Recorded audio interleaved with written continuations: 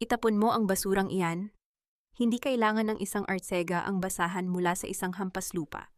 Isang mapait na utos na bumasag sa puso ni Nerissa habang hawak ang tahitahing belo.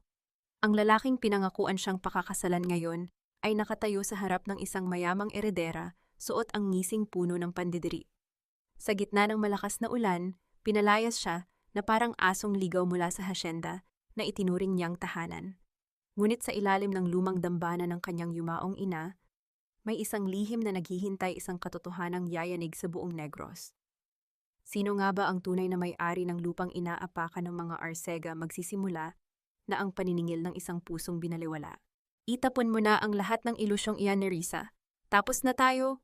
Walang kasalang mangyayari sa susunod na linggo, kaya simulan mo na ring mag-impake ng mga gamit mo at umalis sa pamamahay na ito. Ang boses ni Isagani ay tila isang matalim na balisong na humiwa sa katahimikan ng silid. Malamig, direkta, at walang bahid ng pag-aalinlangan. Nakatayo siya sa may pintuan, suot ang kanyang mamahaling suit, habang ang kanyang mga mata ay hindi man lang mabanaagan ng kahit katiting na awa. Para sa kanya, ang mga salitang binitawan niya ay isang desisyong pangnegosyo lamang, isang simpleng paglipat ng pahina sa kanyang buhay na puno ng ambisyon. Sa kabilang banda, si Nerissa ay nakaupo sa gilid ng kama, hawak ang isang puting panyo na dahan-dahan niyang binuburdahan ng mga inisyal nilang dalawa. Ilang gabi na siyang hindi natutulog, tinitiis ang hapdi ng kanyang mga mata at ang pagod ng kanyang mga kamay. Mairaos lang ang munting regalong ito para sa lalaking itinuring niyang mundo. Ang bawat tusok ng karayom sa tela ay isang dalangin, isang pangako ng katapatan na inakala niyang suklian din ng parehong halaga.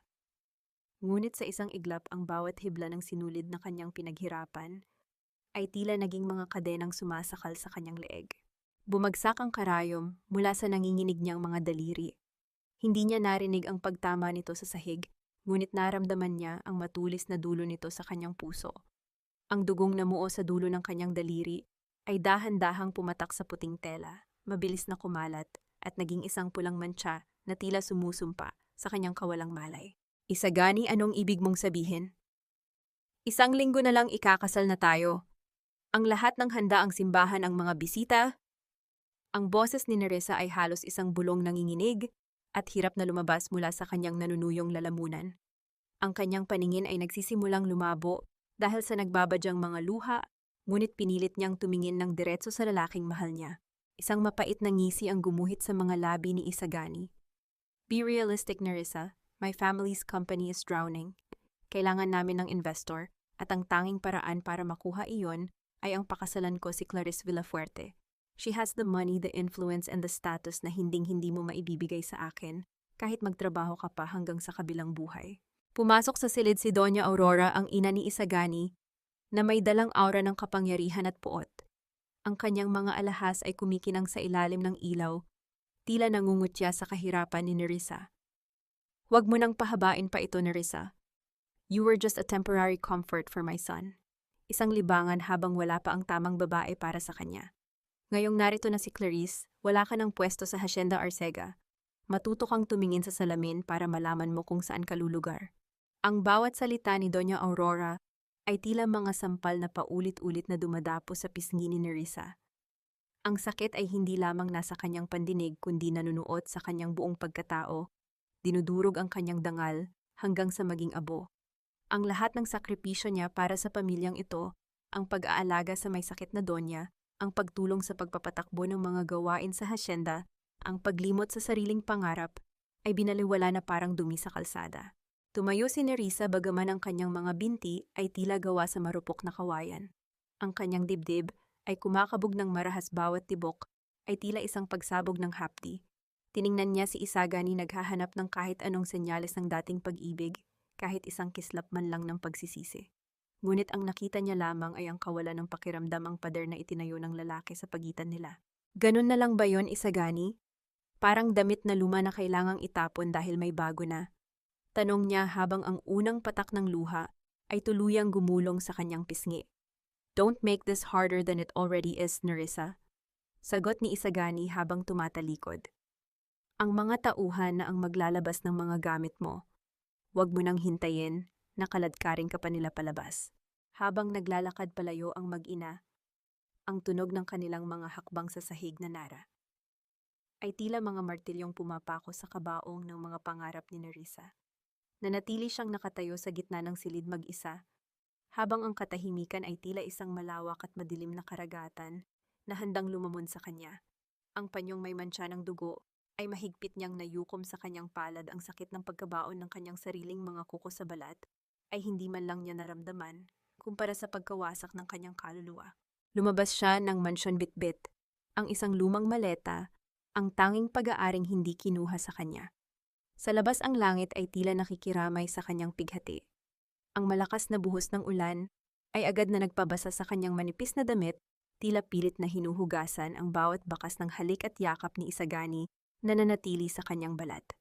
Ang putik sa daan ay kumapit sa kanyang mga tsinelas, bawat hakbang ay nagiging mabigat, bawat hininga ay isang pakikipaglaban sa sakal ng kawalan ng pag-asa. Huminto siya sa tapat ng malaking gate ng Hacienda Arcega. Lumingon siya sa huling pagkakataon sa malaking bahay na minsang naging simbolo ng kanyang mga pangarap, ngunit ngayon ay naging isang madilim na kulungan ng kanyang mga luha. Ang mga ilaw sa loob ay maningning nagdiriwang sa bagong alyansang nabuo, habang siya ay nananatili sa dilim nilalamig at walang patutunguhan. Sa gitna ng hagulhol ng hangin at ingay ng ulan, isang tanong ang paulit-ulit na umaalingaw-ngaw sa kanyang isipan, isang tanong na walang sagot, kundi ang lamig ng gabi. Hanggang kailan kailangang magbayad ng isang pusong nagmahal lamang ng tapat, kung ang tanging kapalit ng katapatan ay ang malupit na pagtataksil ng tadhana? Ang bawat hakbang ni Nerissa sa maputik na daan ay tila isang pakikipaglaban sa bigat ng mundo. Ang maleta niyang luma na may sira ng hawakan ay tila punong-puno ng mga batong hila-hila siya pababa sa kailaliman ng lupa. Ang ulan ay hindi tumitigil sa pagbuhos, ang bawat patak nito ay tila maliliit na karayom na tumutusok sa kanyang naninigas na balat. Ang dating mapuputi niyang tsinelas ay nilamon na ng itim na putik hanggang sa tuluyan ng maputol ang strap ng isa sa mga ito. Napahinto siya sa gitna ng dilim hinihingal, habang ang tubig ulan ay humahalubilo sa kanyang mainit na luha. Hinubad niya ang natitirang tsinelas at nagpatuloy sa paglalakad ng nakayapak. Ang bawat tusok ng maliliit na bato at lamig ng putik sa kanyang mga talampakan ay hindi sapat upang gisingin siya mula sa bangungot na kanyang kinasasadlakan. Pagdating niya sa bukana ng kanilang barangay, ang mga ilaw mula sa maliliit na tindahan ay tila mga mapanuring mata na nakatingin sa kanya. Sa kabila ng lakas ng ulan, may ilang mga kapitbahay na nakasilip sa kanilang mga bintana, mga aninong tila nagbubulungan sa dilim. Ay naku, tingnan ninyo si Nerissa. Akala ko ba ay reyna na ang ituring sa mansyon? Bakit ngayon ay parang basang sisiw na itinapon sa kalsada? Ang tinig ni Aling Celia, ang kilalang mapunahin sa lugar, ay umalingaw-ngaw mula sa silong ng isang dampa. Kahit hindi nakikita ni Nerissa ang mukha nito, ramdam niya ang panunuya sa bawat salitang binitawan ng matanda. Sinasabi ko na nga ba hanggang panaginip lang ang isang tulad niya? Ambisyosa kasi akala mo ay papatulan talaga ng isang Arcega ng pangmatagalan. Dagdag pa ng isa pang boses na sinundan ng isang mahinang tawa na tila may halong lason. Yumuko ng lalo si Nerissa. Ang kahihiyan ay mas masakit pa kaysa sa gutom o lamig. Ang mga taong dati ay nginingitian siya dahil sa akalang magiging asawa siya ng isang makapangyarihang lalaki, ngayon ay sila pang unang pumupukol ng putik sa kanyang pagkatao. Hindi siya kumibo, hindi siya sumagot. Ang kanyang katahimikan ay ang tanging kalasag na natitira sa kanya laban sa malupit na mundo. Sa wakas narating niya ang maliit at tumatagas na barong-barong na naiwan ng kanyang yumaong ina-inahan na si Nanay Rosa. Ang pinto ay luma at mahirap buksan. Ang tunog ng pagkiskis ng kahoy sa semento ay tila isang daing ng paghihirap. Sa loob ang amoy ng alikabok at lumang gamit ang sumalubong sa kanya. Walang kuryente, tanging ang liwanag mula sa kidlat ang nagbibigay ng panandaliang anino sa paligid. Ipinatong niya ang maleta sa isang sulok at naupo sa sahig na kawayan. Ang bawat bahagi ng kanyang katawan ay nanginginig sa ginaw, ngunit ang kanyang diwa ay tila lumulutang sa gitna ng kawalan. Naalala niya ang mga pangako ni Isagani, ang mga haplos na akala niya ay totoo, at ang mga pangarap na itinayo niya sa ibabaw ng buhangin. Lahat ay gumuho na. Sa gitna ng kanyang pag-iyak, naramdaman niya ang isang matigas na bagay sa kanyang bulsa, ang panyong may bordang inisyal at mantsa ng dugo. Tiningnan niya ito sa ilalim ng malamlam na liwanag ng langit. Ang puting tela ay marumi na tila sumisimbolo sa kanyang nadungisang dangal. Tumayo siya upang kumuha ng isang basahan sa tabi ng dingding na gawa sa pinagtagpi-tagping plywood at yero. Doon sa isang maliit na siwang sa pagitan ng mga haligi ng bahay, may napansin siyang isang bagay na nakasingit. Isang lumang sobre na may selyo ng isang bangko na matagal nang nagsara kupas na ang kulay nito at tila nabasa na rin ng tumatagas na tubig mula sa bubungan. Nanginginig ang mga kamay ni Nerissa habang kinukuha ang sobre. Sa likod nito, may nakasulat na maikling mensahe sa sulat kamay ng kanyang nanay Rosa, isang huling habilin na tila nagmula sa kabilang buhay. Para sa aking mahal na Nerissa, kapag dumating ang araw na tila wala ka ng masandalan, hanapin mo ang susi sa ilalim ng ating dambana.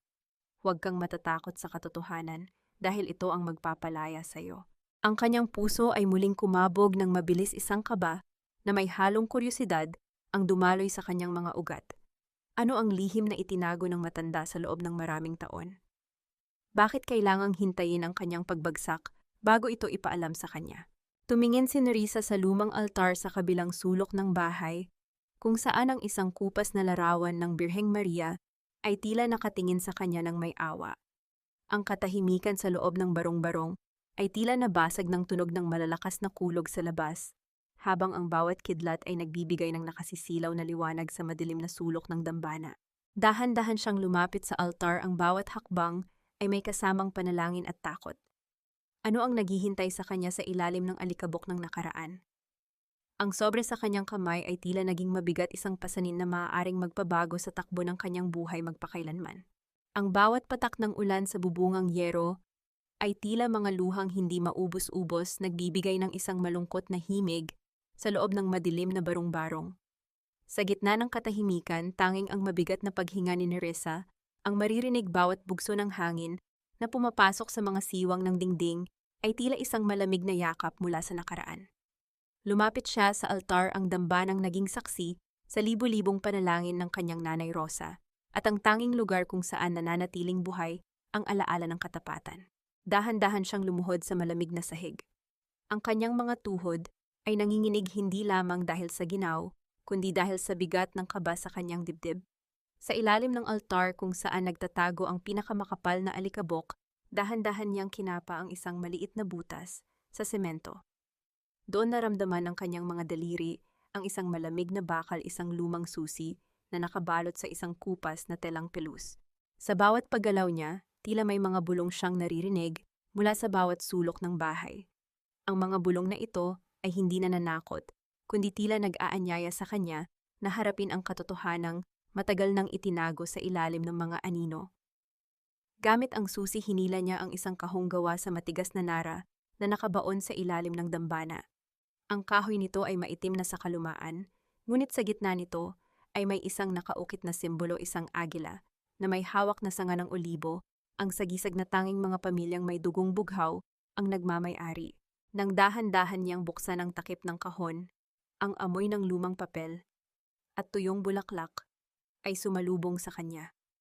Ang tunay na kayamanan ay hindi ginto o pilak, kundi ang mga lihim na nakatala sa loob nito.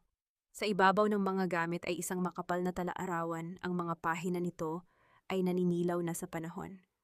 Kinuha ito ni Nerissa ng may pag-iingat, tila ba kung mahahawakan niya ito ng masyadong mahigpit ay madudurog ang tanging koneksyon niya sa kanyang tunay na pagkatao.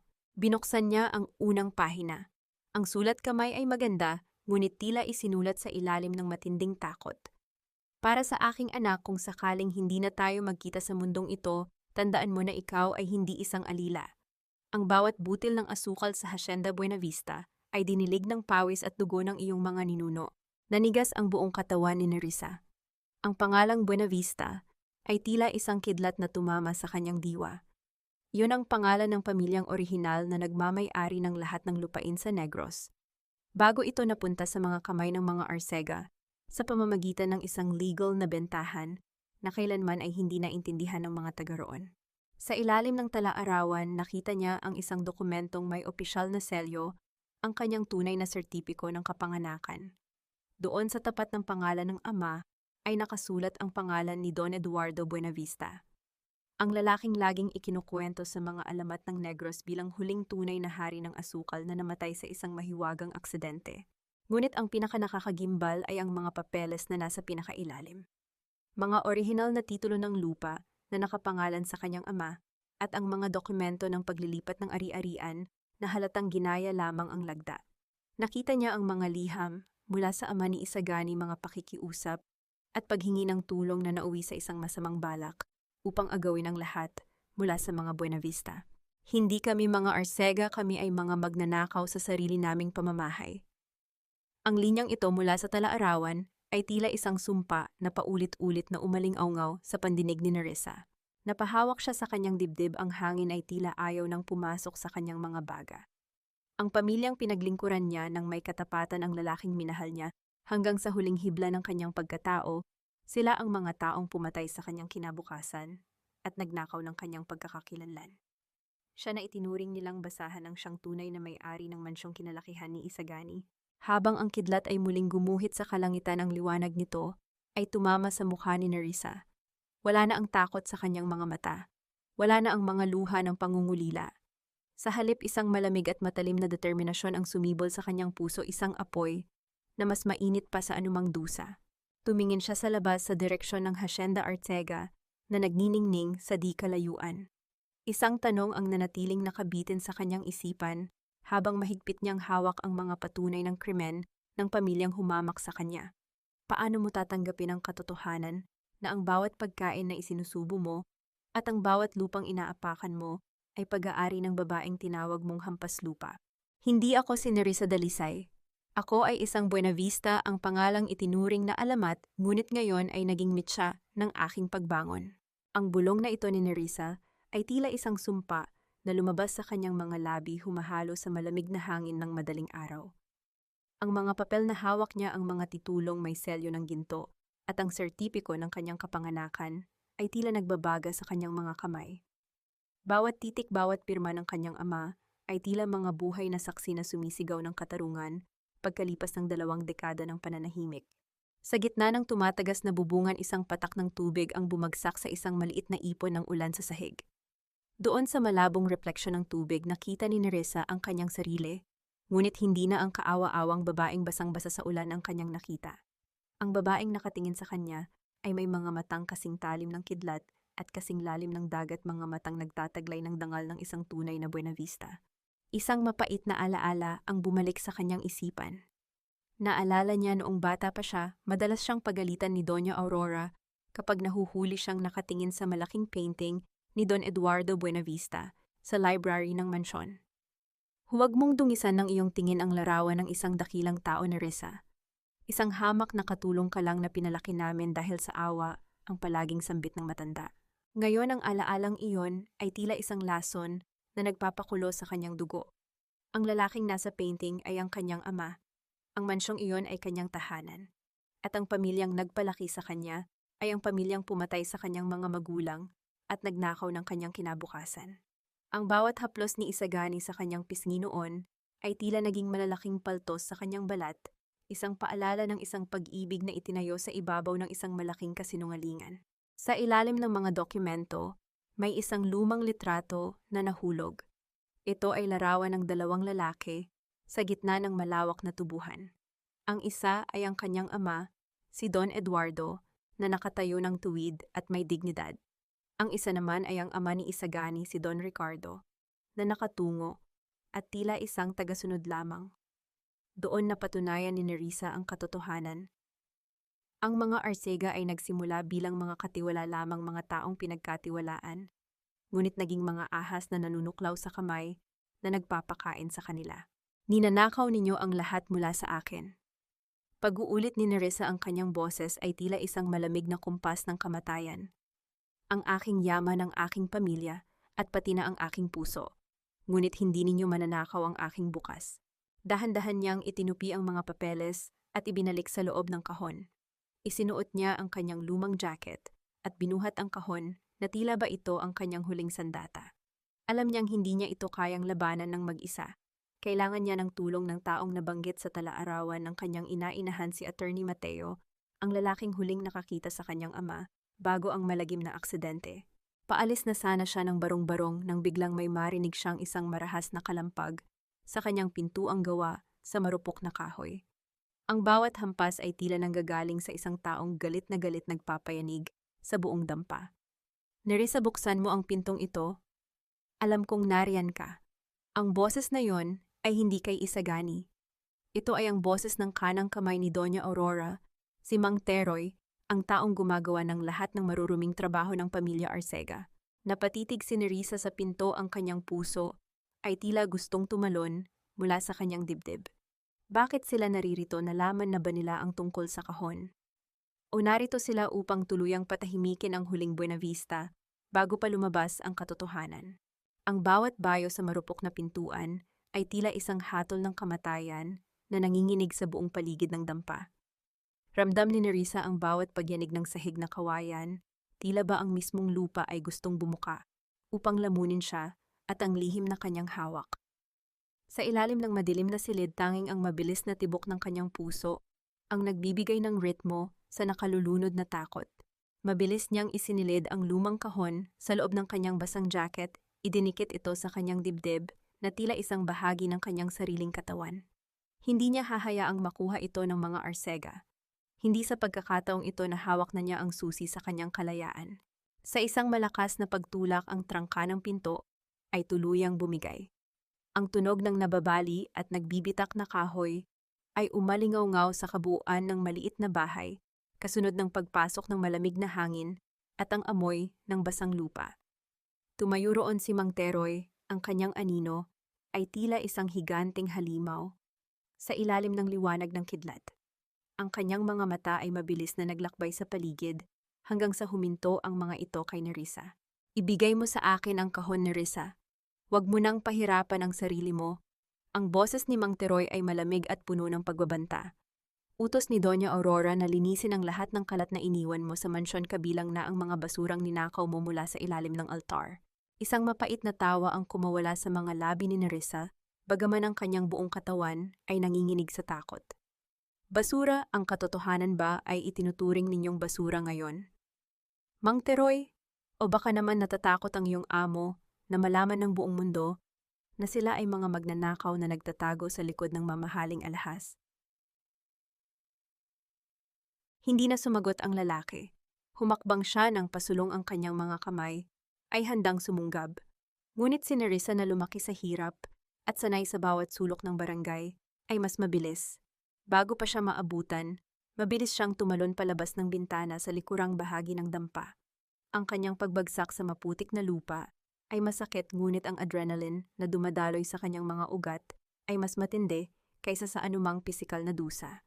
Tumakbo siya sa gitna ng kadiliman, hindi alintana ang mga sanga ng puno na humahampas sa kanyang mukha o ang matatalim na damo na sumusugat sa kanyang mga binte. Ang ulan ay naging kanyang kakampi, itinatago ang tunog ng kanyang mga hakbang at ang kanyang mga luha. Ang Hacienda Arcega ay nasa likuran na niya at sa harap niya ay ang mahabang daan patungo sa kabayanan, patungo sa kaisa-isang tao na maaring makatulong sa kanya. Makalipas ang ilang oras na paglalakad at pagtatago, narating ni Nerissa ang isang lumang bahay na gawa sa bato sa dulo ng bayan. Ito ang tahanan ni Attorney Mateo. Ang bahay ay tila natutulog, ngunit ang liwanag mula sa isang maliit na lampara sa loob ay nagbibigay ng pag-asa. Nanginginig ang kanyang kamay nang kumatok siya sa pinto. Ang bawat pagtama ng kanyang kamao sa matigas na kahoy ay tila isang pagsamo para sa katarungan. Nang bumukas ang pinto, sumalubong sa kanya ang isang matandang lalaki na may puting buhok at mga matang puno ng karunungan.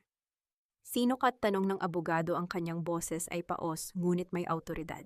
Hindi nakapagsalita agad si Nerissa. Sa halip, dahan-dahan niyang inilabas mula sa loob ng kanyang jacket ang isang gintong singsing na nakuha niya sa loob ng kahon, isang singsing na may ukit ng agila. Ang mukha ni Attorney Mateo ay biglang nagbago. Ang kanyang mga mata ay nanlaki at ang kanyang hawak na tungkod ay tila muntik ng mabitawan. Ang singsing ni Don Eduardo, bulong niya, ang kanyang boses ay nanginginig sa labis na pagkagulat. Saan mo ito nakuha, Ija? Tumingin si Nerissa ng diretso sa mga mata ng abogado. Ako ang anak ni Eduardo Buenavista, Attorney Mateo, at narito ako upang bawiin ang lahat ng ninakaw sa akin. Pinatuloy siya ng matanda sa loob. Ang init ng kape at ang amoy ng mga lumang libro ay tila nagbigay ng panandaliang kapayapaan sa naguguluhan niyang puso. Doon sa ilalim ng malamlam na ilaw, inilatag nila ang mga dokumentong bitbit ni Nerissa. Ang bawat papel ay tila muling nagbubukas ng mga sugat ng nakaraan, ngunit sa pagkakataong ito, may kasama ng gamot ang bawat hapdi. Hinitay ko ang araw na ito sa loob ng 20 taon, Nerissa, panimula ni Attorney Mateo, habang sinusuri ang mga titulo ng lupa.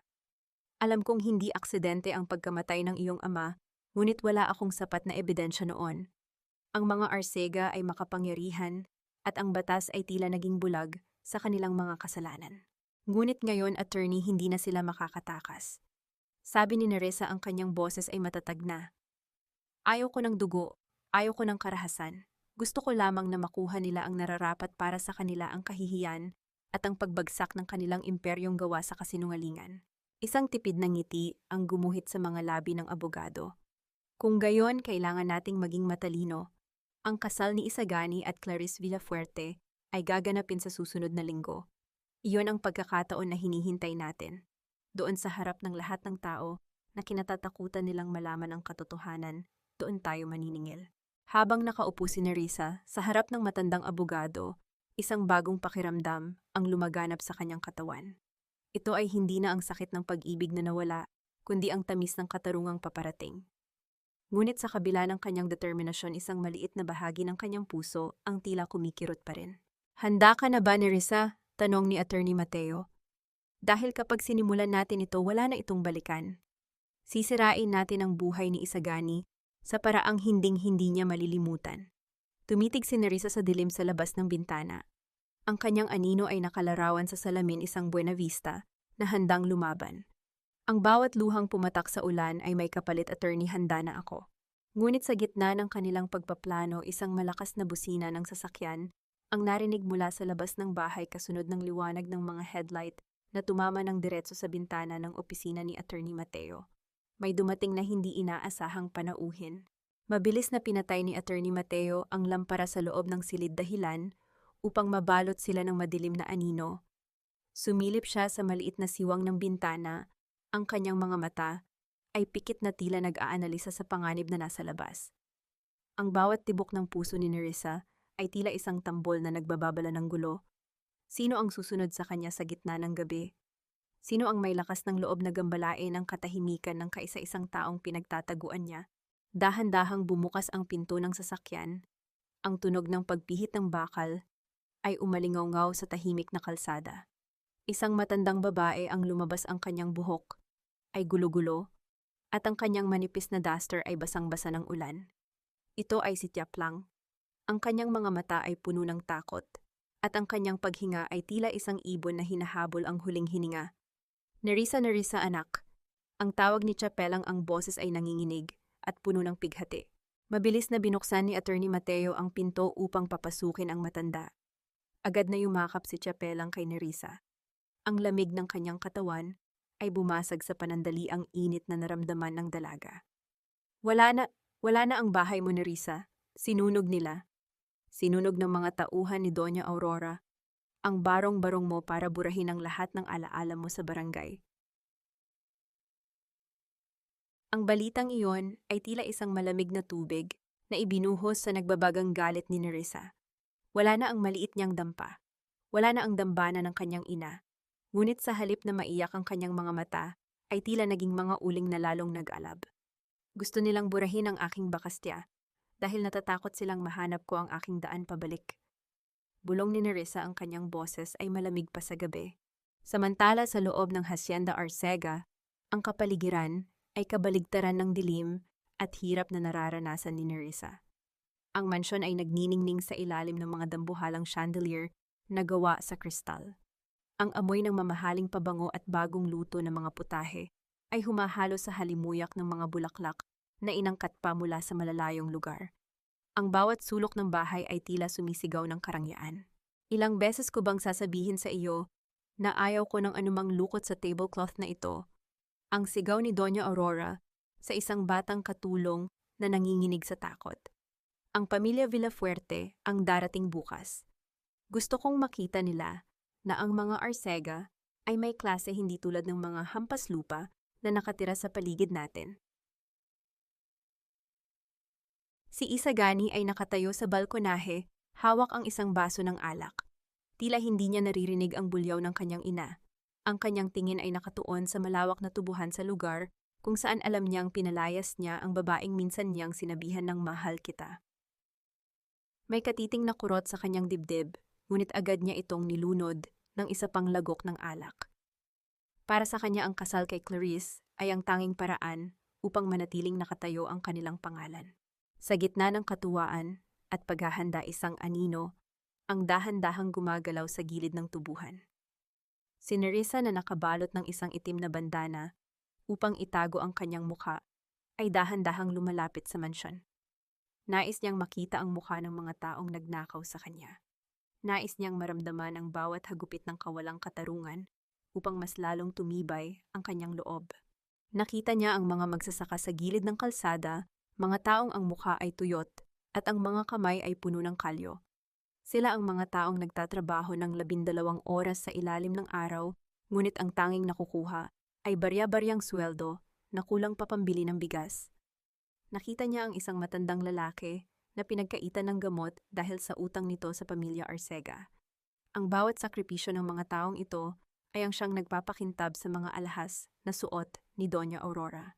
Tinitiis ninyo ang lahat ng ito dahil wala kayong alam na may ibang paraan, bulong ni Nerissa, habang hinahawakan ang isang dahon ng tubo. Ang talim nito ay sumugat ng bahagya sa kanyang daliri, ngunit hindi niya ito binawi. Ang dugo niya ay kabilang sa lupang ito. Biglang bumukas ang pintong pranses ng balkonahe at lumabas si Isagani. Ang liwanag mula sa loob ng mansyon ay tumama sa kanyang mukha dahilan upang mas lalong magmukhang malupit ang kanyang anyo. Tila may naramdaman siyang kakaiba sa dilim dahilan. Upang tumingin siya ng diretso sa direksyon kung saan nagtatago si Nerissa. Dahan-dahang ibinaba ni Isagani ang kanyang baso at humakbang pababa ng hagdan patungo sa hardin. Ang bawat tunog ng kanyang sapatos sa semento ay tila isang babala sa puso ni Nerissa. Papalapit siya ng papalapit sa kinaroroonan ng dalaga. Napahawak si Nerissa sa isang matigas na kahoy. Sa kanyang tabi, pinipigilan ang kanyang paghinga. Ang distansya sa pagitan nila ay lumiliit 10 hakbang, 5 hakbang, 3 hakbang. Nararamdaman na ni Nerissa ang amoy ng sigarilyo at alak na dala ni Isagani. May tao ba riyan? Ang tanong ni Isagani, ang boses ay puno ng pagdududa habang dahan-dahang hinahawi ang mga dahon ng halaman na nagtatago kay Nerissa. Sino ang naririyan, magpakita ka? Ang muling sigaw ni Isagani, ang kanyang tinig ay may halong kaba at awtoridad. Ang dulo ng kanyang mga daliri ay dahan-dahan nang humahawi sa huling sapak ng mga dahon na nagtatago kay Nerissa. Sa sandaling iyon, ang mundo ay tila huminto sa pag-ikot. Nararamdaman ni Nerissa ang init ng hininga ni Isagani. Ang bawat segundo ay tila isang habambuhay na paghihintay sa kanyang pagkabunyag. Ngunit bago pa man tuluyang mahawi ang mga halaman, isang mabilis na paggalaw mula sa kabilang panig ng hardin ang kumuha sa atensyon ng lalaki. Isang pusa ang biglang tumalon mula sa sanga ng puno dahilan upang mapaatras si Isagani at mabitawan ang kanyang hawak na baso. Ang tunog ng pagbasag ng kristal sa semento ay umalingaw-ngaw, isang matalim na ingay na bumasag sa tensyon ng gabi. Sinamantala ni Nerissa ang pagkakataong iyon. Dahan-dahan siyang gumapang pabalik sa madilim na bahagi ng tubuhan hanggang sa tuluyan na siyang lamunin ng anino ng mga puno. Naiwang nakatayo si Isagani, hinihingal at nagtataka. Yumuko siya upang pulutin ang mga basag na piraso ng kristal, ngunit may napansin siyang isang bagay na nakasabit sa tinik ng rosas na malapit sa pinagtataguan ni Nerissa kanina. Isang maliit at puting tela. Nang kunin niya ito, naramdaman niya ang pamilyar na lambot ng koton. Iyon ang panyong may borda ng inisyal nila, ang panyong may mantsa ng dugo na itinapon niya noon. Hindi maaari. Bulong ni Isagani, ang kanyang mga kamay ay nagsimulang manginig. Paano ito napunta rito? Kinabukasan, ang katahimikan ng Hacienda Arcega ay muling nabasag, hindi ng ingay ng ulan, kundi ng isang mahiwagang paghahatid ng isang pakete. Isang batang na lalaki mula sa bayan ang nag-iwan ng isang kahon sa may main gate na may nakasulat na pangalan ni Doña Aurora. Sa loob ng mansyon, sa gitna ng pagpaplano para sa pinaka-engranding wedding cake, Binuksan ng matanda ang pakete. Ang kanyang mga mata ay nanlaki nang makita ang nilalaman nito, isang lumang susi na may kalawang at isang larawan ng mansyon bago ito ipa-renovate, kung saan kitang-kita pa ang orihinal na pangalang Hacienda Buenavista sa arko ng pasukan. Sino ang nagpadala nito? Ang nanggagalaiting sigaw ni Doña Aurora, ang kanyang mukha ay nawalan ng kulay. Isagani, halika rito, may naglalaro sa ating mga isipan. Mabilis na lumapit si Isagani, dala pa rin ang panyong nahanap niya kagabi. Ang pagkabalisa ng kanyang ina ay lalong nagdagdag sa kanyang sariling kalituhan. Inay, ano ito? May nagmamanman ba sa atin? Hindi ko alam, pero kailangan nating bilisan ang kasal ninyo ni Clarice, ang sagot ni Doña Aurora, habang pilit na itinatago ang panginginig ng kanyang boses. Kapag naging opisyal na ang pagsasama ninyo sa pamilya Villafuerte, wala nang makakaalis sa atin dito. Kahit anong multo ng nakaraan, ay hindi tayo matatablan. Ngunit ang takot ay tila isang laso na dahan-dahang kumakalat sa loob ng mansyon. Sa bawat kanto, sa bawat bulong ng mga katulong, nararamdaman nila na may nagmamasid. Si Nerissa, sa tulong ni Attorney Mateo, ay nagsimulang maghasik ng mga binhi ng pag-aalinlangan. Hindi sila gumagamit ng dahas, kundi ang bigat ng katotohanang pilit ibinaon ng mga artsaga sa limot. Gabi-gabi nakakatanggap si Isagani ng mga mensahe na tila nagmumula sa kailaliman ng kanyang konsensya. Isang gabi, matapos ang isang hapunan kasama ang pamilya Villafuerte, pumasok siya sa kanyang silid at nakita ang isang bagay na nakapatong sa kanyang unan. Ito ay isang drawing ng isang maliit na bahay sa ilalim ng puno ng mangga, ang drawing na ginawa nila ni Nerissa noong mga bata pa sila at nangangarap pa ng isang simpleng buhay. Ang drawing na iyon ay tanging sila lamang ang nakakaalam, isang lihim na ipinangako nilang itatago habang buhay. Napaatras si Isagani, ang kanyang likod ay sumandal sa matigas na pinto ng kanyang silid. Ang bawat hininga niya ay tila naging mabigat, isang sakal ng pagsisisi at takot. Ang bawat sulok ng mansyon ay tila nagsimulang bumulong ng pangalan ni Nerissa. Nariyan ka lang, hindi ba't? Bulong ni Isagani, sa hangin ang kanyang mga mata ay pilit na hinahanap ang anino ng babaeng kanyang pinagtaksilan sa bawat madilim na sulok ng silid. Nerissa, magpakita ka, Ab. Ngunit walang sumagot kundi ang tunog ng malakas na kulog mula sa labas, kasunod ng pagpatay-sindi ng mga ilaw sa loob ng mansyon. Isang malamig na hangin ang umihip mula sa bintana, dahilan upang gumalaw ang mga kortina na tila ba may taong nakatayo sa likod nito. Sa kabilang bahagi ng bayan, si Nerissa ay nakatayo sa harap ng isang mapa ng hasyenda. Ang kanyang mukha ay payapa, ngunit ang kanyang mga mata ay nagniningning sa determinasyon. Ang bawat alaala ay magiging isang tinik na tutusok sa inyong gabi hanggang sa kusa ninyong isuko ang lahat ng ninakaw ninyo, bulong niya sa kanyang sarili. Ang bitag ay nakahanda na. Ang bawat pagkakamali ng pamilya Arcega ay tila naging isang hakbang patungo sa kanilang sariling kapahamakan. Ngunit sa gitna ng kanyang plano, isang mahalagang dokumento ang nawawala, isang dokumentong kailangan ni Attorney Mateo upang tuluyang mapatunayan ang krimen ng mga Arcega. Nasaan ang orihinal na testamento ni Don Eduardo? Ang tanong ni Attorney Mateo habang binubuksan ang bawat lumang folder sa kanyang opisina. Napatitig si Nerissa sa kawalan. Kung wala ito sa kahon ni Nanay Rosa, ibig sabihin nasa loob pa rin ito ng mansyon. At may isang tao lamang ang nakakaalam kung nasaan yon. Hindi na makahinga si Isagani sa loob ng malawak na mansyon. Ang bawat dingding na gawa sa mamahaling bato ay tila dahan-dahang lumiliit, nagiging isang bilanggu ang sumasakal sa kanyang bawat hininga.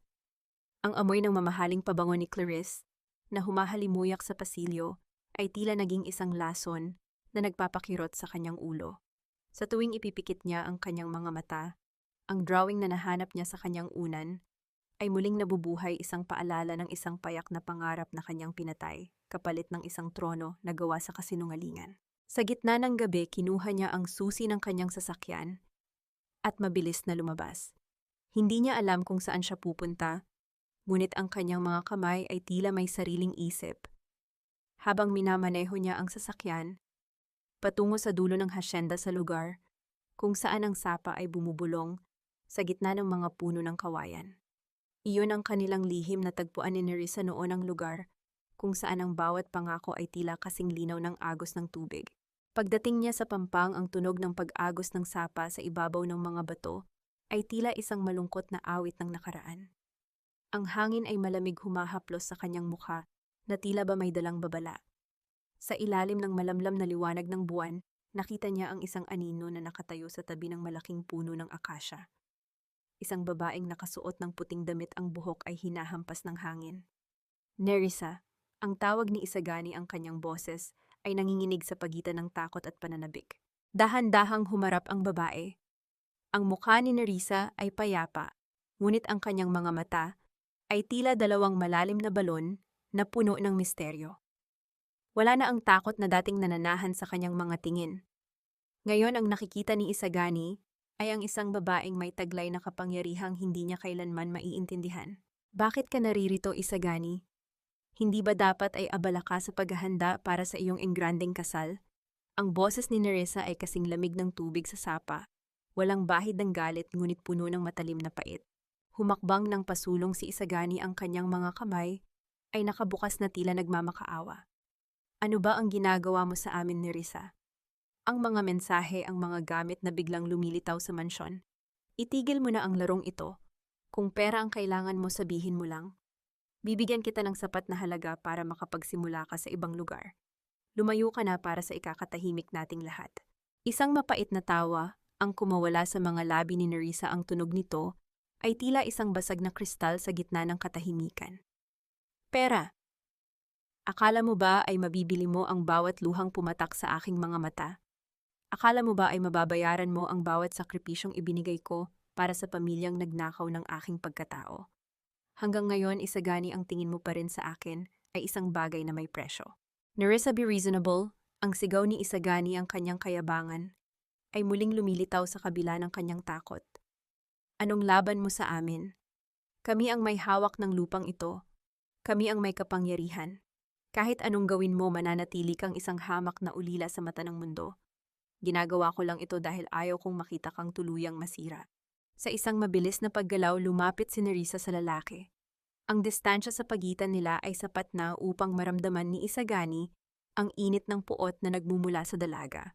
Tinaas ni Nerissa ang kanyang kamay at isang malakas na tunog ng paglapat ng palad sa pisngi ang umalingaw-ngaw sa paligid. Hindi ito isang sampal ng galit. Ito ay isang sampal ng awa.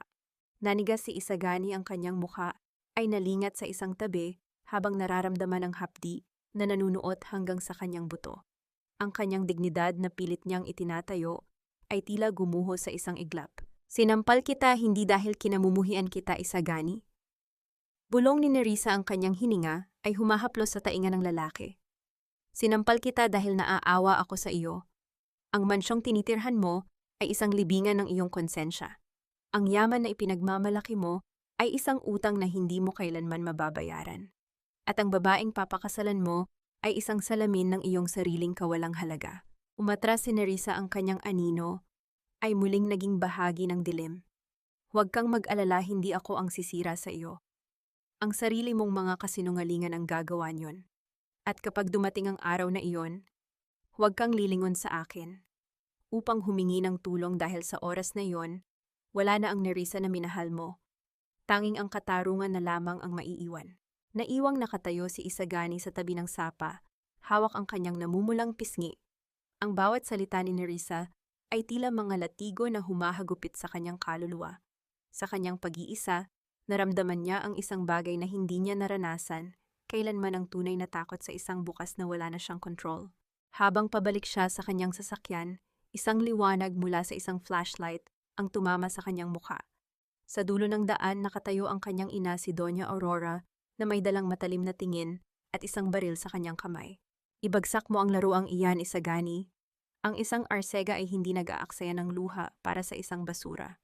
Ang boses ni Doña Aurora ay tila isang malamig na hangin galing sa sementeryo, habang ang dulo ng baril ay nananatiling nakaturo sa anino ni Nerissa na dahan-dahan nang nilalamon ng dilim. Hindi niya binaril ang dalaga. Sa halip, ang sandata ay isang simbolo lamang ng kanyang ganap na kontrol. Ibinaba niya ang baril at tiningnan ang anak ng may halong pandidiri at poot.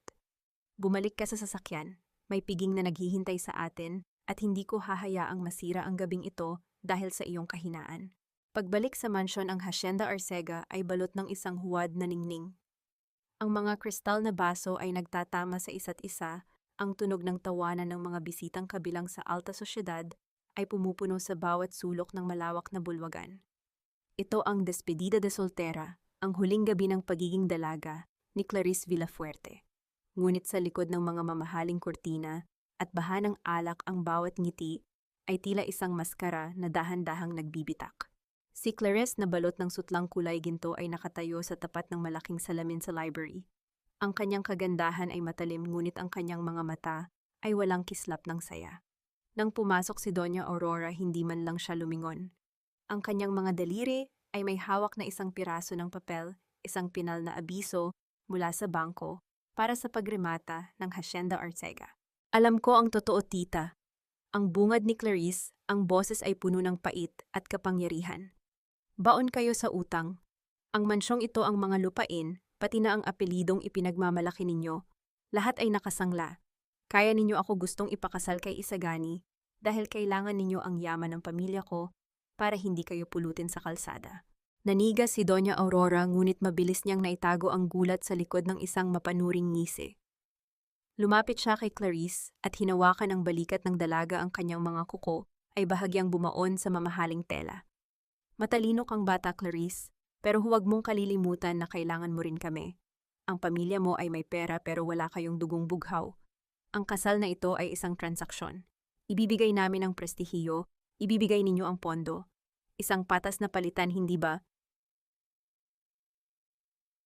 Huwag mo akong gamitan ng iyong mga mabulaklak na salita, Aurora, sagot ni Clarice habang tinatabig ang kamay ng matanda. Pakakasalan ko si Isagani dahil gusto ko siya, pero sa oras na maging asawa ko siya ako na ang susunod sa bahay na ito. At ang unang gagawin ko, lilinisin ko ang bawat bakas ng babaeng tinitingnan pa rin ng anak mo sa dilim. Isang nakakabinging katahimikan ang namayani sa pagitan ng dalawang babaeng tila mga ahas na naglalaban sa iisang teritoryo. Sa labas ng library, si Isagani ay nakasandal sa pinto, naririnig ang bawat salitang humihiwa sa kanyang natitirang dangal. Para sa kanya ang kasal na ito ay hindi na pag-ibig kundi isang hatol ng habambuhay na pagkabilanggo sa ilalim ng dalawang reynang uhaw sa kapangyarihan.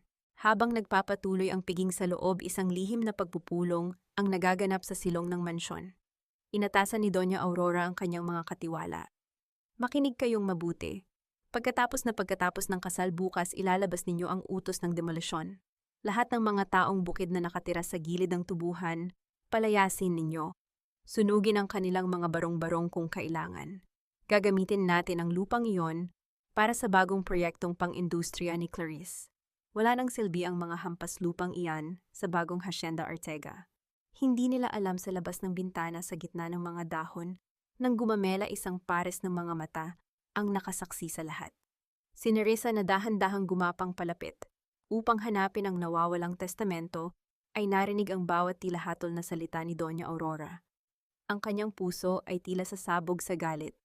Hindi lamang ang kanyang buhay ang ninakaw ng mga Artiga, kundi pati na ang tanging natitirang silong ng mga pamilyang naglingkod sa lupang iyon sa loob ng maraming henerasyon. Nanginginig ang mga kamay ni Nerissa habang hawak ang isang matalim na piraso ng bakal na gagamitin niya sana upang buksan ang lumang vault sa library. Ngunit ang plano ay nagbago. Ang katarungang hinahanap niya ay hindi na lamang para sa kanyang sarili. Isang malakas na busina ng sasakyan ang umalingaw-ngaw mula sa gate hudyat ng pagdating ng mga huling bisita. Sa kaguluhan ng mga bumababa at pumapasok, hindi napansin ng mga gwardya ang isang aninong mabilis na nakapasok sa loob ng mansyon sa pamamagitan ng daanan ng mga katulong.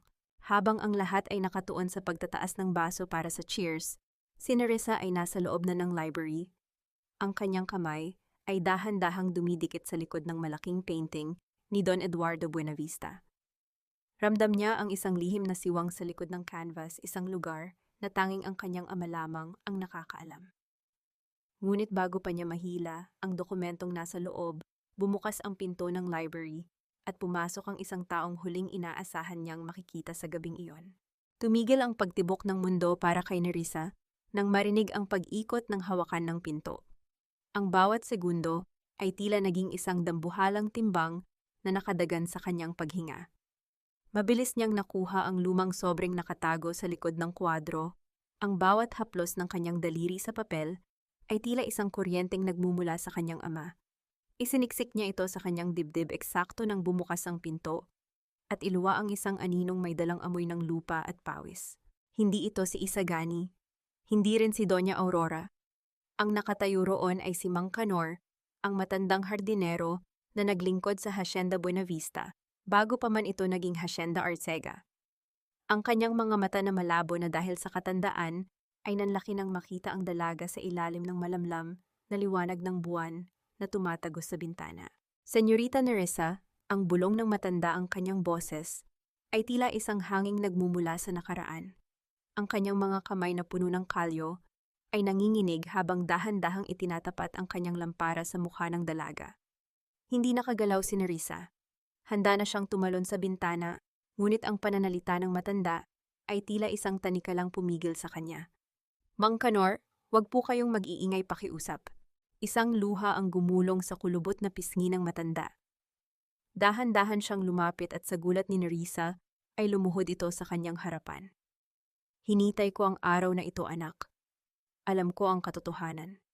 Alam kong ikaw ang tunay na dugo ng mga Buenavista. Ang testamentong hawak mo, iyan ang magpapalaya sa aming lahat. Mabilis na iniabot ni Mang Canor ang isang lumang susi sa likod ng gate. Umalis ka na, senyorita. Nagtitipon ang mga taong bukid sa lumang bodega sa dulo ng tubuhan. Naghihintay sila ng isang senyales. Naghihintay sila sa iyo. Sa gitna ng kadiliman at sa ilalim ng hagupit ng paparating na bagyo, tinahak ni Nerissa ang malawak na tubuhan. Ang mga dahon ng tubo ay tila matatalim na itak na humahampas sa kanyang balat, ngunit ang hapdi ay hindi niya inalintana. Ang bawat hakbang niya ay isang hakbang palayo sa pagiging alila at isang hakbang patungo sa kanyang pagiging reyna. Sa loob ng lumang bodega daan-daang mga mata ang sumalubong sa kanya. Ang amoy ng kerosene mula sa mga lampara ay humahalo sa amoy ng pag-asa at galit. Naroon ang mga magsasakang binaluktot ng hirap, ang mga inang walang maipakain sa kanilang mga anak, at ang mga lalaking nawalan ng dangal dahil sa pang-aapi ng mga Arcega. Nang pumasok si Nerissa ang bulungan, ay tila naging isang malakas na dagundong. Tumayo siya sa ibabaw ng isang lumang kahon ng asukal, hawak ang testamentong nakuha niya mula sa mansyon. Ang liwanag ng kidlat mula sa labas ay nagbibigay ng isang banal na aura sa kanyang anyo. Mga kasama ton. Ang sigaw ni Nerissa, ang kanyang boses, ay hindi na ang boses ng babaeng sugatan, kundi ang boses ng katarungan. Sa loob ng maraming taon, itinuring tayong mga alikabok sa sarili nating lupa. Pinagnakawan tayo ng ating mga pangarap ng ating dangal at ng ating kinabukasan. Ngunit ang gabi ng mga Arcega ay tapos na. Ipinakita niya ang dokumentong may selyo ng kanyang ama. Narito ang patunay na tayo ang tunay na may-ari ng lupang ito. Bukas sa mismong araw ng kasal na gagamitin nila upang tuluyan tayong ibaon sa limot, doon tayo tatayo. Hindi tayo gagamit ng dahas, kundi ang katotohanan na hindi nila kayang patayin. Isang matandang magsasaka ang lumapit at humalik sa kamay ni Nerissa. Ang kanyang mga labi ay nanginginig habang bumubulong ng panalangin. Salamat, senyorita. Salamat sa pagbabalik. Sabay-sabay na nagdaop ng mga palad ang lahat sa loob ng bodega. Isang huling panalangin ang umalingaw-ngaw sa kabuuan ng hasyenda, isang panalangin humihingi ng lakas para sa huling pagtutuos. Walang sigaw, walang ingay, tanging ang taimtim na pangako ng bawat isa na hindi na sila muling yuyuko. Sa kabilang panig sa loob ng mansyon si Isagani ay hindi mapakali. Ang kaba sa kanyang dibdib ay tila isang malakas na tambol na hindi humihinto. Tumingin siya sa labas ng bintana sa madilim na tubuhan na tila ba may buhay na nagmamasid sa kanya. Ang langit ay naging kulay ube, isang babala ng isang dilubyong hinding-hindi nila makakalimutan. Bukas bulong ni Nerissa habang nakatingin sa naglalakihang mga ulap sa kalangitan. Bukas ang langit ay iiyak para sa ating mga dusa at ang lupa ay lalamon sa lahat ng mga mapang-api. Walang matitira kundi ang katarungang dinilig ng ating mga luha. Ang hangin ay umihip ng napakalakas dahilan upang mamatay ang lahat ng lampara sa loob ng bodega, ngunit ang apoy sa mga mata ni Nerissa ay nananatiling nagniningas, mas maliwanag pa sa anumang liwanag sa mundo.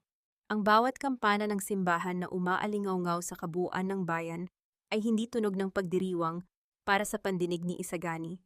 Sa bawat hagupit ng bakal sa bakal, tila isang pako ang ibaon sa kanyang sariling kabaong.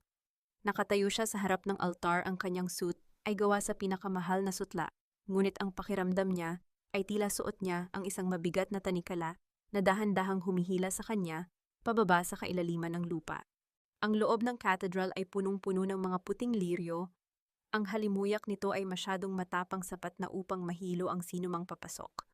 Para kay Isagani, ang amoy na ito ay hindi amoy ng kasal. Ito ay ang amoy ng mga bulaklak sa isang burol. Ang bawat kandilang nakasindi sa gilid ng pasilyo ay tila mga bantay sa lakay na nagmamasid sa bawat butil ng pawis na gumugulong sa kanyang noo. Ayusin mo ang iyong tindig, Isagani, bulong ni Doña Aurora sa kanyang tabi. Ang matanda ay balot ng telang lace na kulay asul, ang kanyang mga alahas ay kumikinang ng higit pa sa liwanag ng altar. Ngumiti ka. Ang buong Negros ay nakatingin sa atin. Huwag mong ipakita sa kanila na tila ikaw ay bibitayin. Hindi ko magawa, inay. Sagot ni Isagani, ang kanyang boses ay halos hindi lumalabas sa nanunuyong lalamunan. Ang hangin, tila ba kinakapos ako ng hininga. Sa labas ang langit ay tuluyan ng naging itim. Ang tunog ng malalakas na kulog ay tila mga mersenaryong sumusugod sa pinto ng simbahan. Sa bawat pagguhit ng kidlat, ang mga makukulay na salamin ng cathedral ay nagbibigay ng nakatatakot na anino sa sahig, tila mga multo ng nakaraan na gustong sumali sa seremonya. Nagsimulang tumugtog ang organo, isang mabigat at marangal na musika na sa halip na magbigay ng saya ay lalong nagpabigat sa atmosphere. Bumukas ang malaking pinto at pumasok si Clarice. Siya ay tila isang reyna sa kanyang puting gown na puno ng mga kristal, ngunit ang kanyang mukha ay seryoso at walang bahid ng lambot. Ang bawat hakbang niya sa ibabaw ng pulang alpombra ay tila isang marcha ng tagumpay, isang tagumpay na binili mula sa pagkawasak ng iba. Habang naglalakad si Clarice, ang mga bisita ay nagbubulungan. Ang mga mata nila ay puno ng inggit at paghanga, ngunit sa gitna ng karangyaan, isang kakaibang tensyon ang namamayani. Tila ba ang lahat ay naghihintay sa isang bagay na hindi nakasulat sa programa? Nang marating ni Clarice ang tabi ni Isagani, ang malamig na kamay ng dalaga ay humawak sa braso ng lalaki. Isang kuryente ng pangamba ang dumaan sa katawan ni Isagani. Tumingin siya sa itaas sa malaking krus sa altar at doon niya naalala ang mukha ni Nerissa, ang mga mata nitong puno ng luha noong gabi ng ulan. Magsisimula na sana ang pari sa kanyang pambungad na panalangin nang biglang umihip ang isang napakalakas na hangin mula sa labas. Ang mga malalaking pinto ng simbahan na kanina ay maingat na isinara, ay marahas na bumukas, ang tunog ng pagtama ng kahoy sa pader ay umalingaw-ngaw na parang isang putok ng baril. Napatigil ang musika, napalingon ang lahat ng mga bisita. Sa gitna ng pintuan, sa gitna ng nagngangalit na bagyo at matatalim na kidlat, isang anino ang nakatayo. Dahan-dahang pumasok ang babae. Hindi siya nakasuot ng gown, hindi siya balot ng mga alahas. Suot niya ang isang simpleng puting damit na hanggang tuhod, ang kanyang buhok ay basa ng ulan at ang kanyang mga paa ay nakayapak. Ngunit ang kanyang tindig ay mas mataas pa sa sinumang naroroon. Hawak niya ang isang lumang kahon ng Nara, ang kahon na nagtataglay ng katarungan. Sa likuran niya, ang mga anino ng mga magsasaka ay dahan-dahang lumilitaw sa dilim ng labasan, tila isang hukbo ng mga api na handa ng maningil. Itigil ang kasal na ito. Ang boses ni Nerissa ay hindi malakas, ngunit ito ay umabot sa bawat sulok ng cathedral, mas matindi pa sa tunog ng anumang kulog. Nanigas si Doña Aurora. Nabitiwan ni Isagani ang kamay ni Clarice. Ang katahimikan sa loob ng simbahan ay naging nakabibingi, isang katahimikang tila nagbabadya ng pagguho ng isang buong imperyo. Humarap si Nerissa sa altar, ang kanyang mga mata ay nagniningning sa ilalim ng liwanag ng mga kandila. Narito ako hindi bilang isang hamak na katulong na inyong itinakwil. Narito ako bilang si Nerissa Buenavista, ang tunay na may-ari ng bawat lupang inyong inaapakan at ng bawat hiningang inyong ninakaw. Lapastangan, gwardya, ilabas ang babaeng iyan. Paano ninyo hinayaang makapasok ang isang baliw sa gitna ng banal na seremonya? Ang sigaw ni Doña Aurora ay yumanig sa loob ng katedral. Ang kanyang mukha ay naging kasing pula ng alak sa galit at takot. Ang bawat salita niya ay tila isang desperadong pagtatangka na tabunan ng katotohanang dahan-dahang lumulutang sa ibabaw ng kanyang kasinungalingan. Ngunit walang gwardya ang lumapit. Sa halip, ang mga pinto ng simbahan ay muling bumukas ng mas malawak at pumasok ang isang matandang lalaki na may dalang bigat ng awtoridad, si Attorney Mateo, kasama ang ilang mga opisyal ng batas, at ang mga magsasakang binaluktot ng hirap sa loob ng maraming taon. Ang kanilang mga yapak sa marmol na sahig ay tila tunog ng isang paparating na hukbo na hindi na mapipigilan. Ang tanging baliw dito, Aurora, ay ang taong naniniwalang ang isang krimen ay mananatiling lihim habang buhay. Ang boses ni Attorney Mateo ay malamig at matatag habang inilalapag niya ang isang makapal na folder sa harap ng altar. Narito kami para sa pagpapatupad ng writ of preliminary injunction at pag-freeze ng lahat ng assets ng pamilya Arcega. Kabilang na ang mansyon ng mga lupain at ang bawat sentimong ninakaw ninyo mula sa mga Buena Vista. Isang nakakabinging bulungan ang pumuno sa cathedral. Ang mga bisitang kanina ay nakangiti, ay dahan-dahang umatras tila ba ang pamilya Arcega ay nagkaroon ng isang nakakahawang sakit. Si Clarice na kanina ay tila isang reyna ay dahan-dahang binitawan ang braso ni Isagani.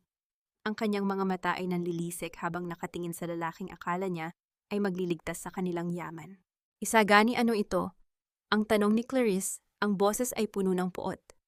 Ang sabi mo ay kailangan lang natin ng pirma para maging atin ang lahat. Ang sabi mo ay patay na ang lahat ng Buena Vista. Hindi makasagot si Isagani.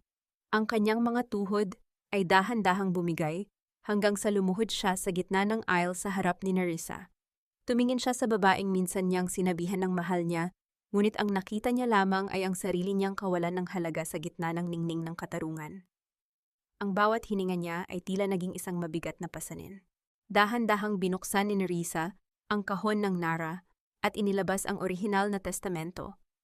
Ang bawat pahina nito ay tila nagniningning sa ilalim ng ilaw ng simbahan. Inay Doña Aurora, tinawag mo akong basahan. Tinawag mo akong hampas lupa. Pero ngayon tingnan mo ang iyong sarili.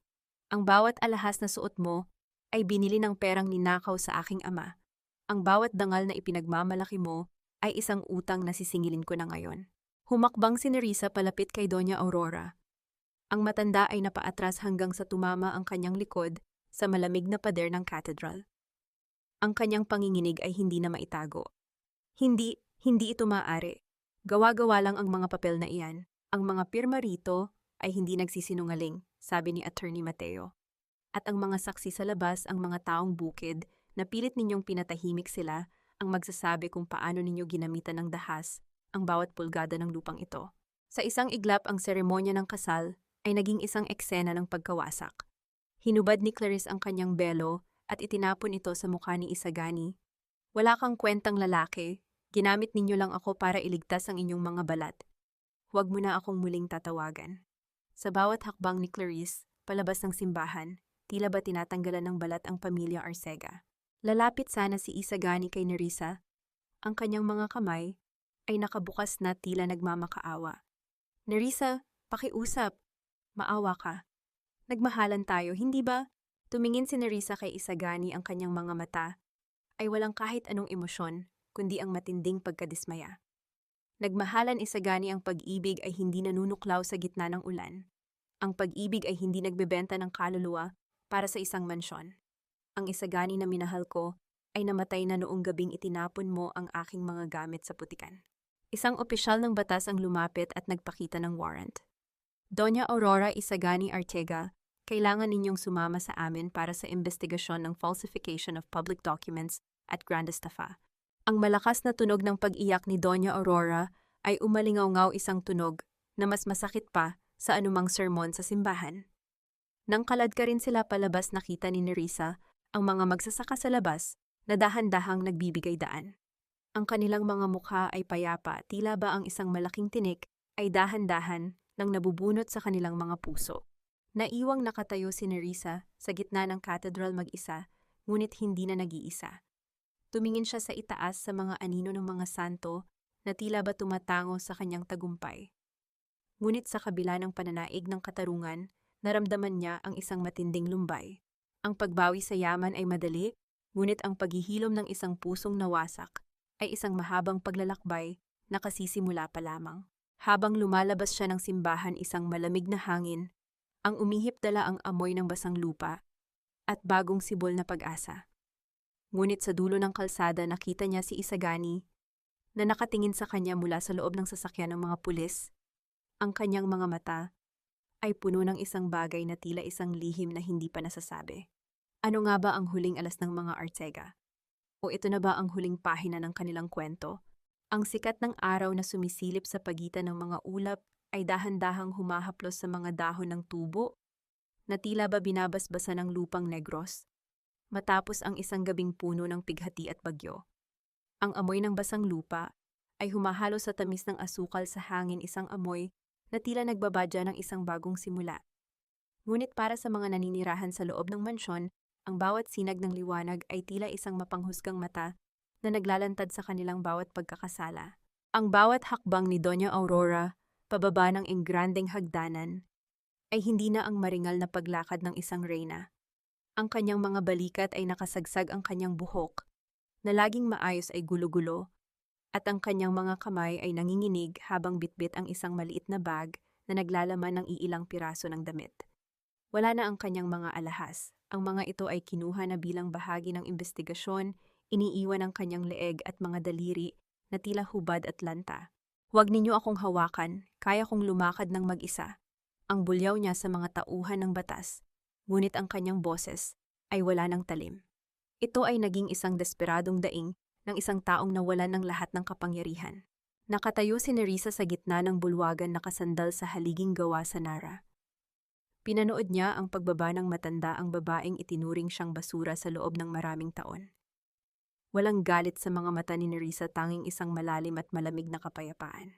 Ang katarungan ay hindi laging matamis, kung minsan ito ay may lasa ng abo at lumbay. Nang marating ni Doña Aurora ang huling baitang, huminto siya sa harap ni Nerissa. Tumingin ang matanda sa dalaga, ang kanyang mga mata ay puno pa rin ng lason sa kabila ng kanyang pagkatalo. Akala mo ba ay nanalo ka na, Nerissa? Ang lupang ito ay susumpain ka rin gaya ng ginawa nito sa amin. Walang katahimikan sa Hacienda Buenavista. Ang sumpa ay wala sa lupa, Aurora, mahinahong sagot ni Nerissa. Ang sumpa ay nasa inyong mga puso na nabulag ng kasakiman. Ang lupang ito ay handa ng magpatawad, pero kayo, kailangan ninyo munang matutong lumuhod sa harap ng katotohanan. Dahan-dahang lumabas ang matanda, tinitingnan ang bawat sulok ng mansyon. Sa huling pagkakataon, bago siya isakay sa sasakyan na magdadala sa kanya sa pansamantalang pitan. Sa kanyang paglisan, tila ba gumaan ang hangin sa loob ng bahay. Naglakad si Nerissa patungo sa malawak na beranda. Sa ibaba nagkakatipon ang mga magsasaka. Ang kanilang mga mukha ay hindi na puno ng takot. Nang makita nila si Nerissa, ang katahimikan ay nabasag ng isang mahina, ngunit nagkakaisang bulong ng pasasalamat. Isang matandang babae ang lumapit at humawak sa laylayan ng damit ni Nerissa. Ang kanyang mga mata ay puno ng luha ng kagalakan. Salamat, senyorita. Salamat sa pagbabalik sa amin ng aming dangal, ang sabi ng matanda. Naramdaman ni Nerissa ang isang mainit na bugso ng emosyon sa kanyang dibdib. Dito niya naintindihan na ang pagiging isang Buenavista ay hindi tungkol sa titulo o yaman. Ito ay tungkol sa responsibilidad na pangalagaan ang mga taong nagtatrabaho sa ilalim ng init ng araw para sa lupang ito. Magsisimula tayo muli. Ang sabi ni Nerissa, sa lahat ang kanyang boses ay matatag at puno ng pag-asa. Walang sino man ang palalayasin. Ang bawat pamilya ay magkakaroon ng kanilang sariling bahagi ng ani. Hindi na kayo mga alila. Kayo ay mga kasosyo ko sa pagpapatakbo ng hasyendang ito. Isang malakas na palakpakan ang umalingaw, isang tunog na mas masaya pa sa anumang piging na naganap sa mansyon. Ngunit sa gitna ng selebrasyon, naramdaman ni Nerissa na tila may nakatingin sa kanya. Lumingon siya sa direksyon ng malaking gate ng hasyenda. Doon sa gilid ng kalsada, nakaupo sa damuhan ang isang lalaki. Ang kanyang suit ay punit-punit at puno ng putik. Ang kanyang buhok ay basa ng pawis at ulan. Si Isagani. Nakalaya siya sa pansamantalang kustodya dahil sa piyansang inilaan ng kanyang abogado, ngunit wala siyang matuluyan. Ang lahat ng kanyang account ay frozen, ang lahat ng kanyang kaibigan ay tinalikuran siya. Dahan-dahang lumapit si Nerissa sa gate. Habang papalapit siya, nakita niya ang hawak ni Isagani. Ito ang panyong puti na may borda ng inisyal nila, ang panyong may mantsa ng dugo na itinapon niya noon sa putikan. Ngayon ang panyong iyon ay mahigpit na nakakapit sa kanyang mga kamay. Tila ba ito ang huling bagay na nag-uugnay sa kanyang pagkatao. Tumingala si Isagani nang maramdaman ang anino ni Nerissa. Ang kanyang mga mata ay wala ng ningning, tanging ang malalim na pagsisisi at pagod. Nerissa, Bulong niya, ang kanyang boses ay tila isang basag na plaka. Hindi nagsalita si Nerissa. Tumingin siya sa lalaking minsan niyang pinangarap na makasama habang buhay. Nakita niya ang bawat linya ng pagdurusa sa mukha nito. Ngunit sa likod ng awa naramdaman niya ang matibay na pader ng kanyang sariling pagbabago. Itinaas ni Isagani ang panyo, ang kanyang mga daliri ay nanginginig. Nahanap ko ito sa putikan. Sinubukan kong labhan pero ang mantsa ng dugo hindi na maalis. Parang ang mga kasalanan ko sa iyo, Nerissa. Kahit anong gawin ko, hindi na mabubura. Nanatiling nakatitig si Nerissa sa panyo. Isang maliit na piraso ng tela na naglalaman ng napakaraming sakit. Isang tanong ang nabuo sa kanyang isipan, isang tanong na magpapasya sa susunod na kabanata ng kanilang mga buhay. Bakit mo pa yan itinago, Isagani? Bakit mo pa binabalikan ang isang bagay na matagal mo nang tinalikuran? Yumuko si Isagani, ang kanyang mga luha ay pumatak sa maruming tela. Dahil ito na lang ang natitira sa akin, Nerissa. Ito na lang ang tanging patunay na minsan naging tao ako dahil sa pagmamahal mo. Napaatras si Nerissa nang marinig ang tunog ng isang sasakyan na huminto sa likuran ni Isagani. Isang itim na kotse na may mga hindi kilalang lalaki sa loob.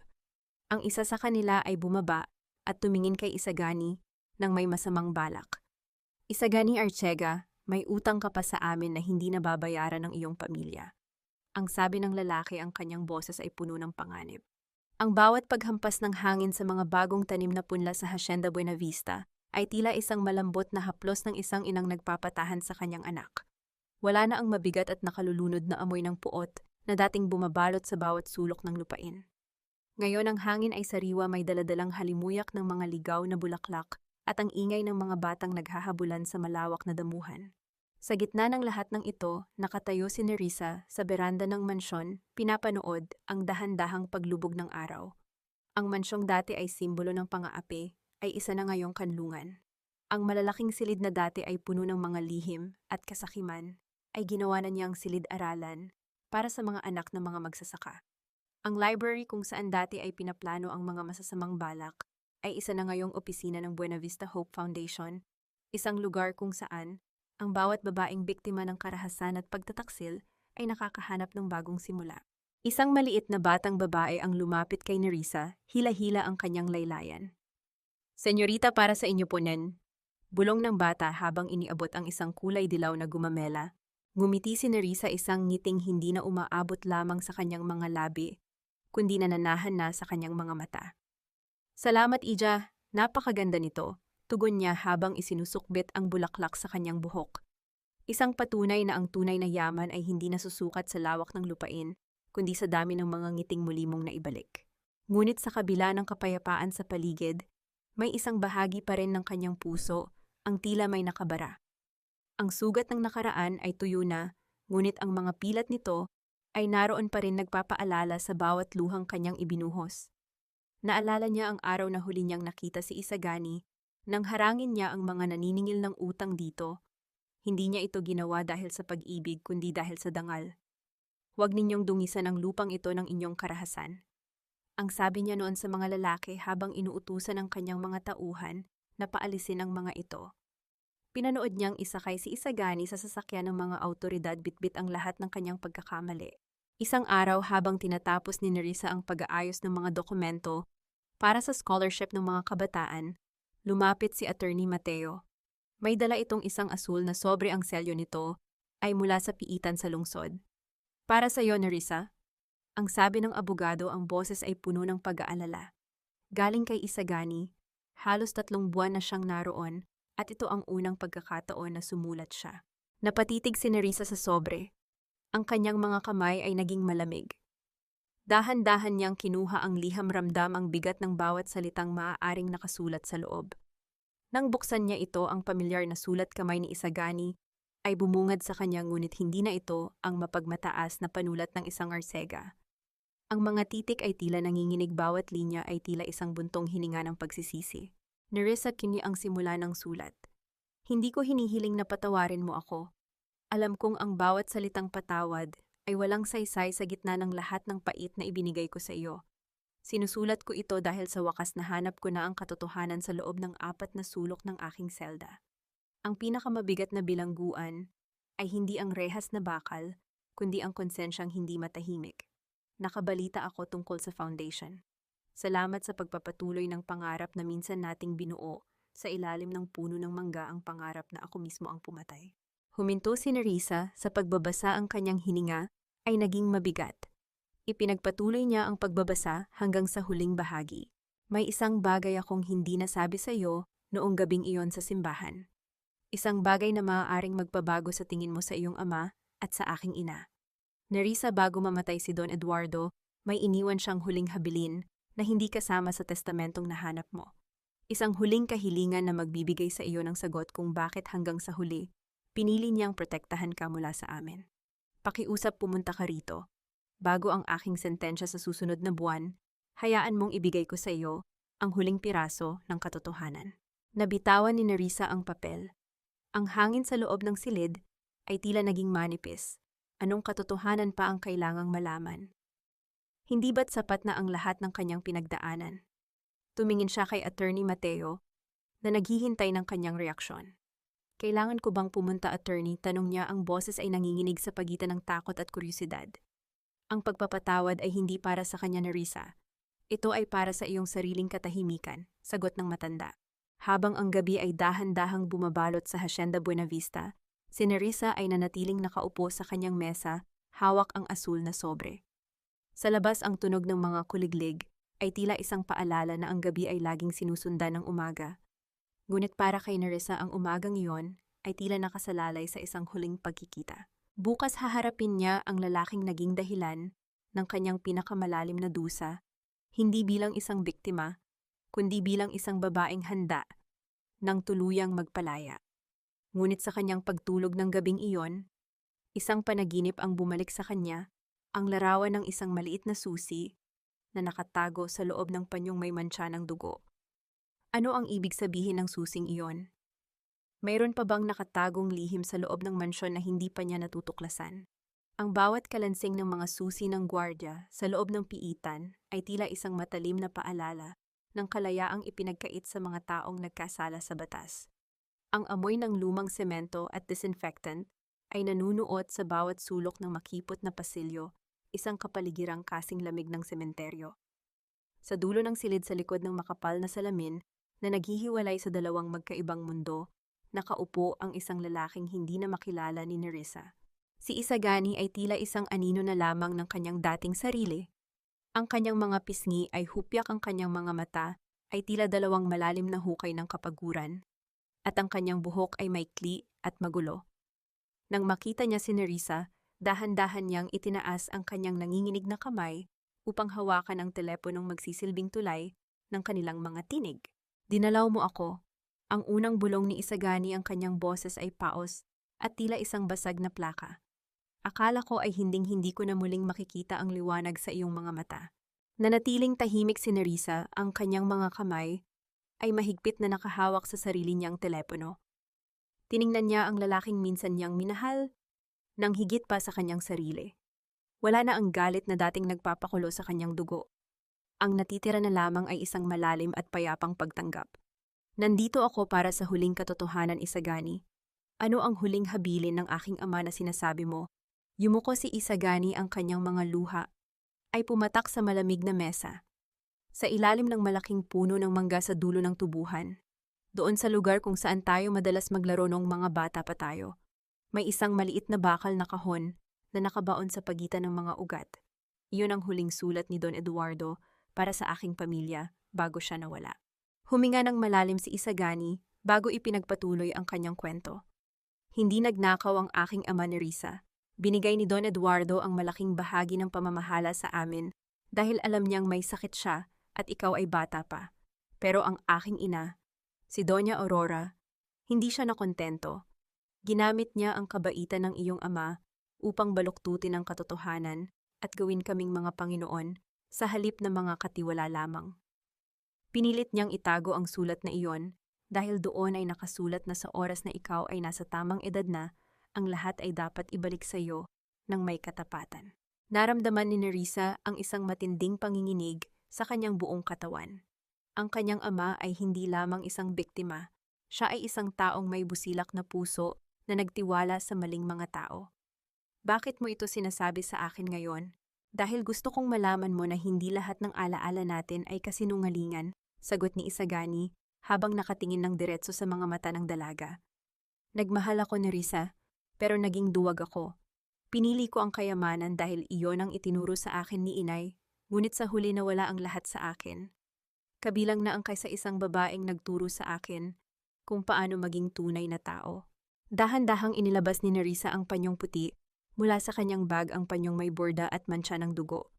Ipinatong niya ito sa salamin, tila ba nais niyang ipadama kay Isagani ang bigat ng bawat luhang kanyang ibinuhos. Pinatatawad na kita, Isagani. Ang boses ni Nerissa ay matatag, walang panginginig. Hindi dahil karapat-dapat ka sa kapatawaran, kundi dahil pagod na akong dalhin ang tanikala ng nakaraan. Pinatatawad kita para magkaroon ako ng sarili kong katahimikan. Para sa aking pag-alis sa lugar na ito, wala na akong bitbit na kahit anong bigat mula sa iyo. Napahagulgol si Isagani, ang kanyang mga balikat ay nayayanig sa bawat hikbi ng pagsisisi. Salamat, Nerissa, maraming salamat. Tumayo si Nerissa, ang kanyang tindig ay puno ng dangal. Ito na ang huling pagkakataon na magkikita tayo. Ang Hacienda Buenavista ay hindi na magiging Hacienda Arcega. Ito ay magiging isang tahanan para sa lahat ng mga taong nangangailangan ng pag-asa. At ang panyong ito, hahayaan ko na itong tangayin ng hangin. Lumabas si Nerissa ng piitan.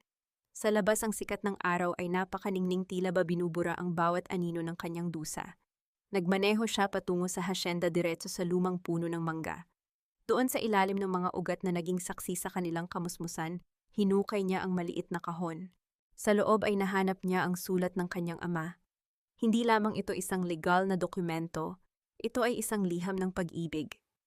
Para sa aking mahal na Nerissa, balang araw, ay maiintindihan mo na ang tunay na kapangyarihan ay wala sa lupang pag-aari, kundi sa pusong marunong magpatawad at magpatuloy. Sa sandaling iyon, naramdaman ni Nerissa ang isang malakas na ihip ng hangin.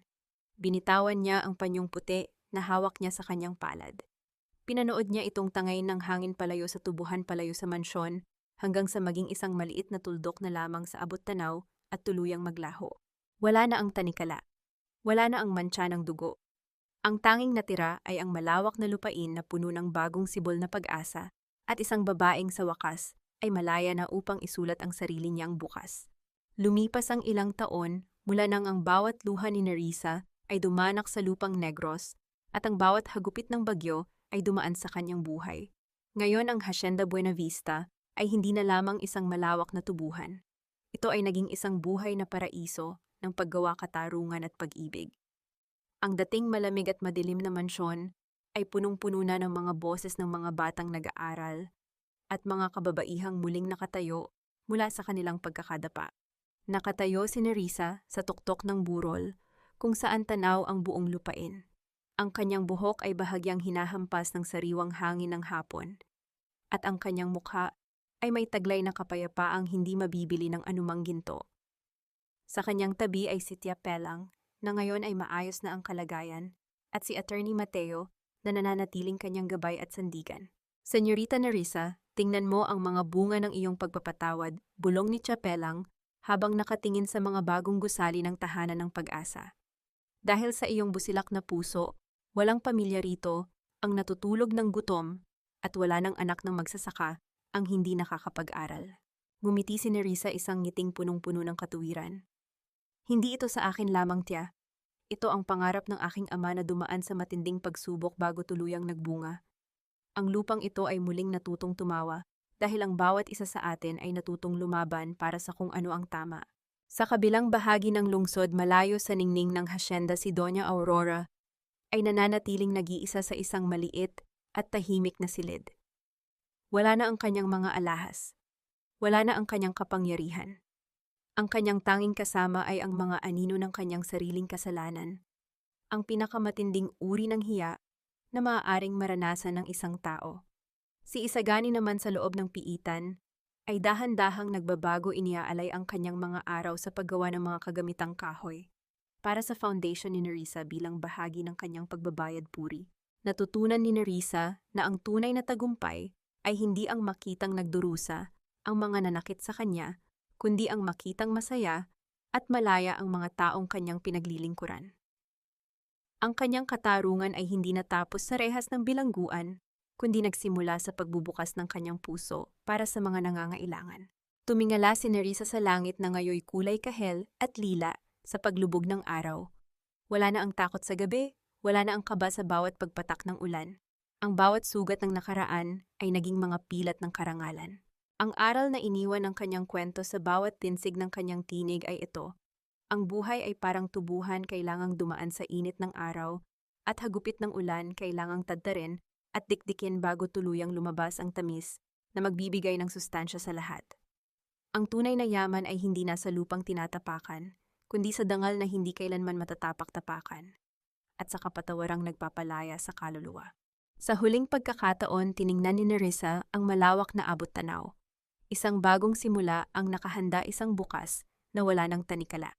Dito sa Hacienda Buenavista, ang pag-asa ay hindi na lamang isang pangarap, kundi isang katotohanang kasing sarap ng bagong aning asukal.